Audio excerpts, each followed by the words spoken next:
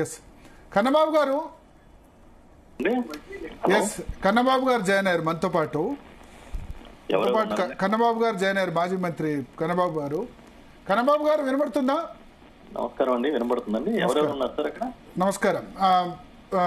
ఇప్పటి వరకు హర్ష్ కుమార్ గారు ఉండే లైన్లో, ఫోన్ లైన్లో, ఆయన కట్టయ్యారు. ఎస్ కన్నబాబు గారు, ఒకటి ఇప్పుడు టీడీపీ ఏం విమర్శ చేస్తుందంటే గతంలో డాక్టర్ సుధాకర్ మీద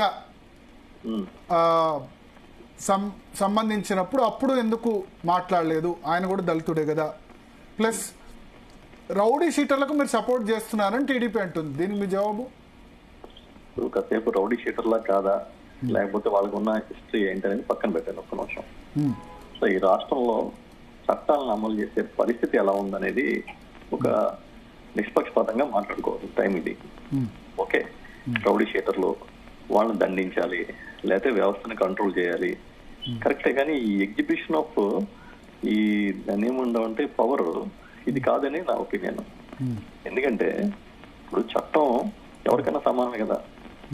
మీరు నిజంగా ఇక్కడ ఉన్న వాళ్ళని తీసుకొచ్చి రోడ్డు మీద కూర్చోబెట్టి ఆ భయం అనే దాన్ని పరిచయం చేయాలని మీరు అనుకుంటే లాస్ట్ 1 year లో కావచ్చు, లేదా అంతకు ముందు కావచ్చు, ఎప్పుడైనా సరే ఇంతకన్నా దారుణమైన సంఘటనలు జరిగినాయి చాలా ఉన్నాయి కదా.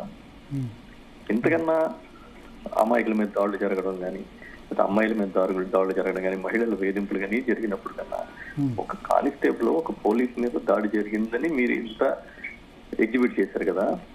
మరి ఒక సామాన్య ఏ అండదండ లేని వాళ్ళ మీద జరిగితే అప్పుడు పోలీసు ఎందుకు ఇలా రియాక్ట్ కాలేదు? ఇక్కడ ఒకటేనండి, చట్టం ఏం చెప్తుంది, మనం ఏం చేస్తాం, గవర్నమెంట్ బిహేవియర్ ఎలా ఉందనే దానికి ఇది ఒక ఉదాహరణ. దీంట్లో జగన్మోహన్ రెడ్డి గారు వాళ్ళని వెళ్ళడం అనేదాన్ని మీరు తప్పు పడితే, గతంలో రౌడీ షీట్లు ఉన్న వాళ్ళని చాలా మందిని అంతకుముందు నాయకులు కూడా పరామర్శించిన సందర్భాలు ఉన్నాయి, జైలుకి వెళ్ళి పరామర్శించిన సందర్భాలు ఉన్నాయి.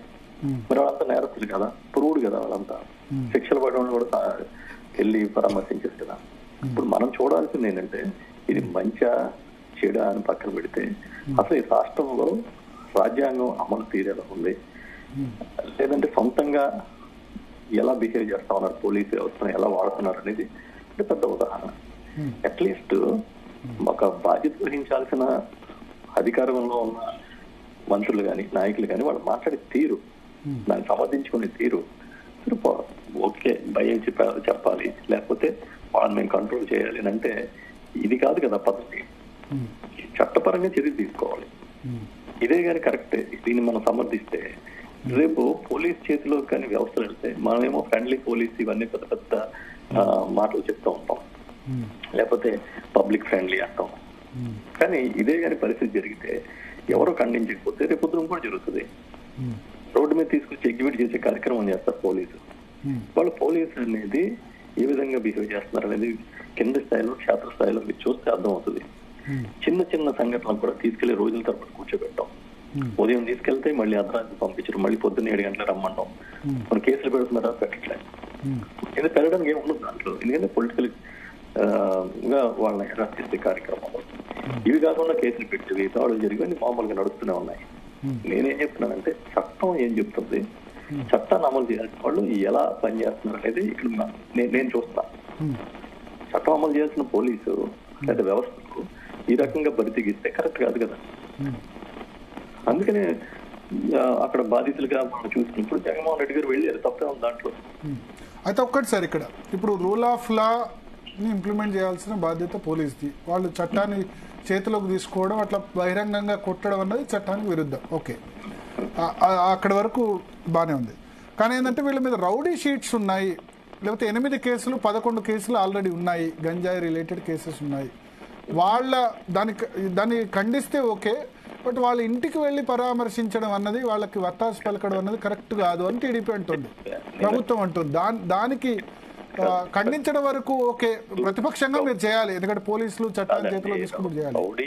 రౌడీ షీట్స్ ఓపెన్ చేయడం అనేది పూర్వంలాగా ఏం లేదండి. ఇప్పుడు విపరీతమైన వెంజెన్స్ లో 3-4 కేసులు పెట్టడం, రౌడీ షీట్లు ఓపెన్ చేయడం, తిప్పడం ఇవన్నీ జరుగుతున్నాయి. అది ఒక సబ్జెక్ట్. ఇప్పుడు వీళ్ళ క్యారెక్టర్ ఏంటి అనేది సెకండరీ.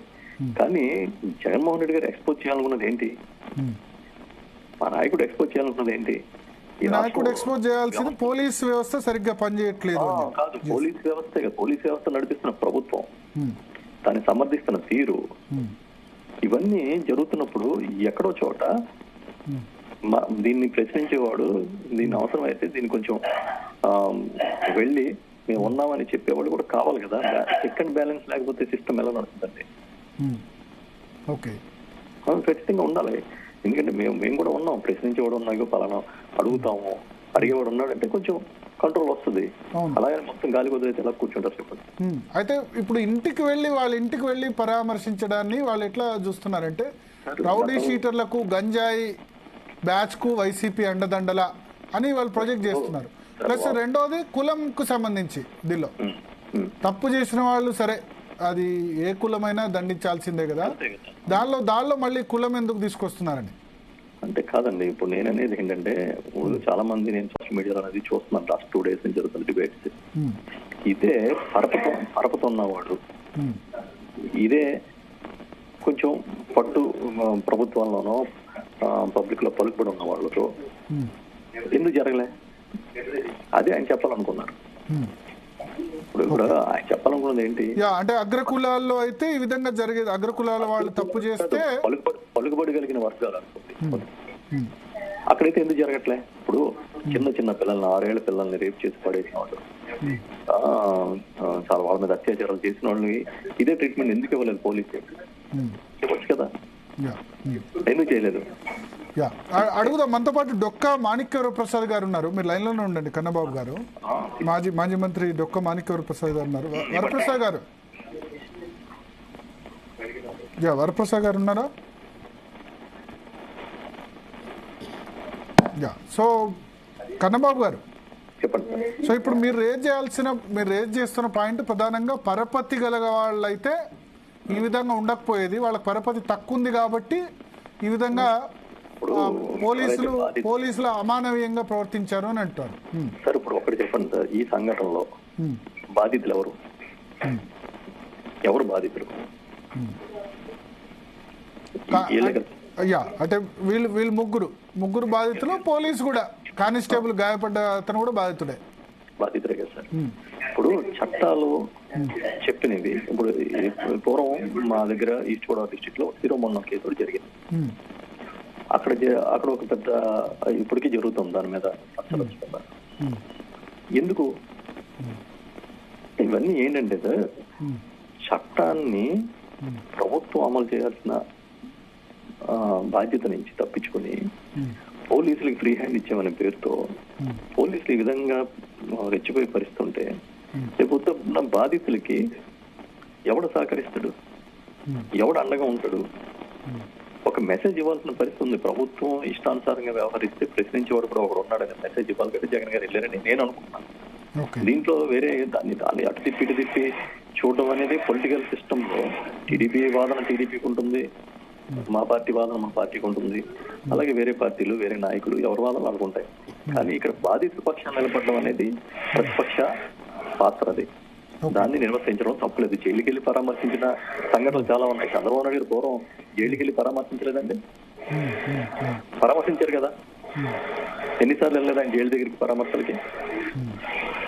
అలా ఆయన వెళ్ళి జైలుకి వెళ్ళి పరామర్శిస్తే తప్పలేదు. కానీ జగన్ గారు ఒకళ్ళ ఇంటికి వెళ్ళి పరామర్శిస్తే తప్పేలా అవుతుంది? సో అడుగుదాం మనం ఇదే విషయం.